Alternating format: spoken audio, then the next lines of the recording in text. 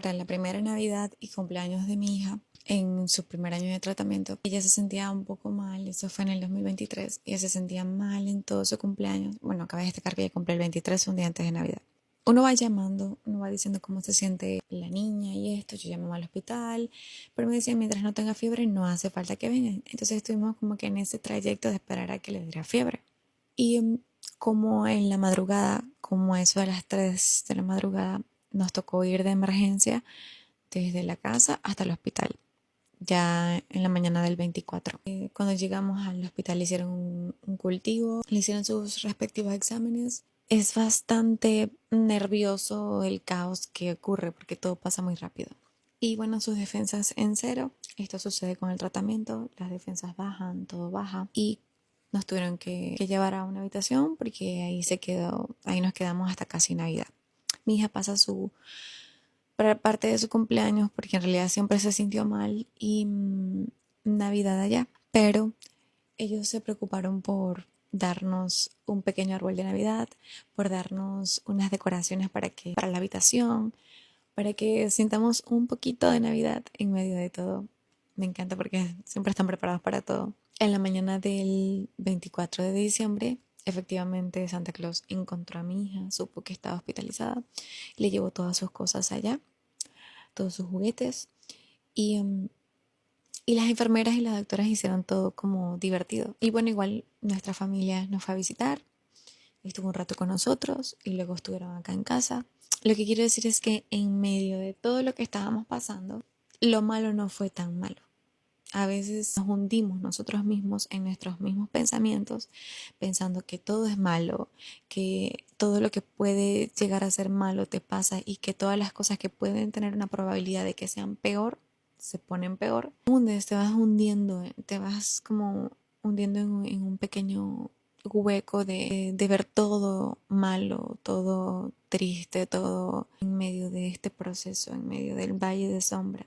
Cada cosa buena que te pase es un milagro. Estábamos hospitalizados, sí, pero estábamos en familia. Dios estaba al control de todo lo que estaba pasando, que no estábamos solos y no eres el único que está viviendo un proceso. Ya cuando terminamos el primer año de tratamiento, ya para entrar a mantenimiento, sale un nuevo estudio. Incluye un nuevo medicamento que es por 28 días. Pero 28 días seguidos. O sea, el medicamento tiene que estar en el cuerpo 24 horas por 28 días. Nos hizo más por algunos problemas técnicos con el puerto. Pero sí, un mes en el hospital. De nuevo, esta vez conocimos el hospital en esta estadía desde otra perspectiva, ya que como ya no teníamos COVID, pudimos como, bueno, mi hija sobre todo, conocer más a las enfermeras, compartir con otros niños, compartir con los doctores. Ya no era tras de un traje, una máscara y una distancia, ya era desde el amor que ellas brindan todo el tiempo, ya era desde el entendimiento, de pronto todo no era tan malo. Conocimos a una niña que nos dio la oportunidad de compartir con ella estos días. Nosotros pasábamos desde el amanecer, desde el día hasta la tarde, noche juntas en una ventana que este balconcito tenía la vista hacia el mar.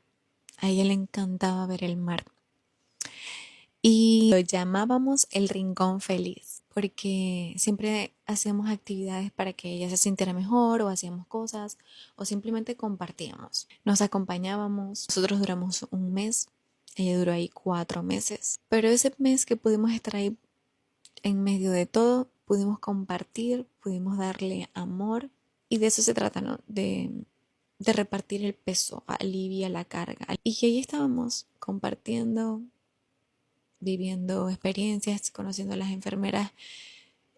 Se volvió como una casa compartiendo un tiempo donde todos dan un granito de arena. Pasábamos tanto tiempo en ese rincón feliz que cuando le subían la comida a la habitación a mi hija, ya sabían dónde estaba, que estaba en la ventana. Se viven cosas. El proceso no es una línea recta, es como una montaña rusa, a veces abajo, a veces arriba, a veces muy abajo y a veces todo bien. Pero es así. un poco de todo. Me encanta porque también decoran las puertas de las habitaciones, entonces cuando los niños están caminando, se distraen viendo los nombres, las puertas, los dibujos.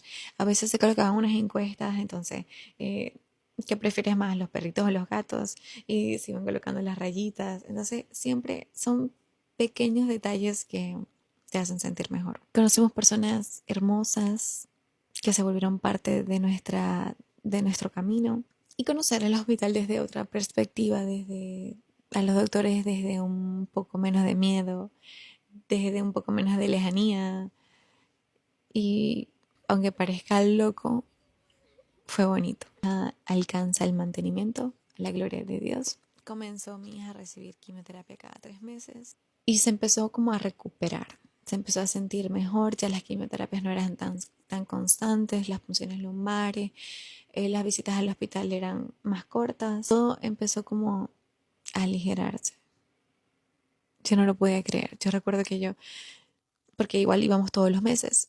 Y yo, ya va, y la punción lumbar, y no vayas a comer hoy, yo no sé si tú tienes cirugía, todo era muy confuso, pero luego te vas como acostumbrando, uno entra como en un cierto shock de que todo está cambiando. Y, y vienes como que de tanta actividad y luego la actividad empieza a bajar y que la paz te hace ruido. Es parte del proceso. Empezamos, ya cada vez era menos quimioterapia, mi hija se empezó a sentir mejor, aunque como ya era cada 3 meses, cuando le tocaba la quimo, se apagaba un poco, pero ya a los 2, 3 días volvía a su actividad normal. Y en eso transcurrió todo el segundo año. Igual funciones lumbares, igual procedimientos médicos, igual quimioterapia, pero mucho menos.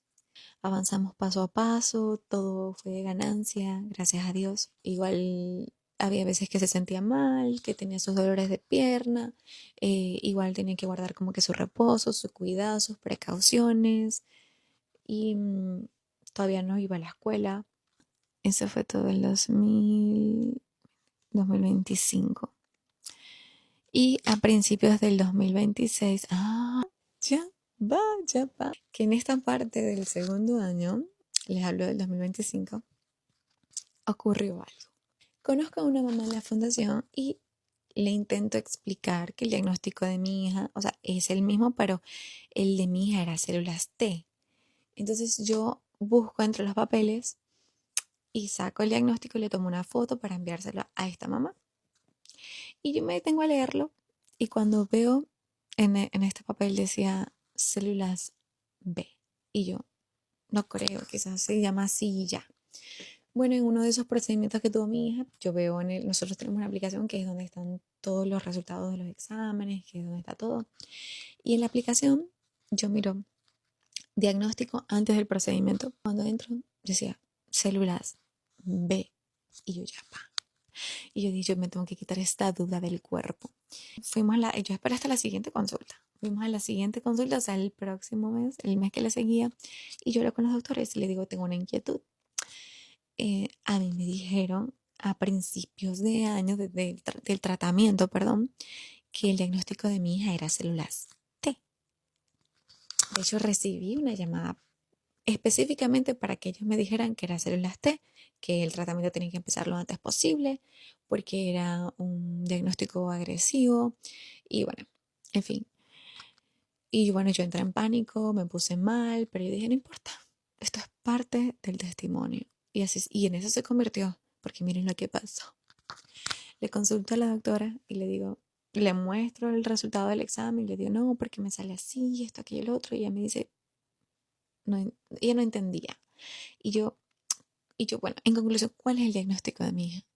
Y me dice, o sea, estaba tan confundida, yo la confundí también, que ella entró a la computadora para revisar en el historial de mi hija para corroborarme y corroborar y estar ya bien segura de lo que iba a decir. Y ella me dice, es que su diagnóstico es células B. Y yo, ¿qué? Y ella me dice, ya va, ¿qué tiempo tú pensaste que eran células T?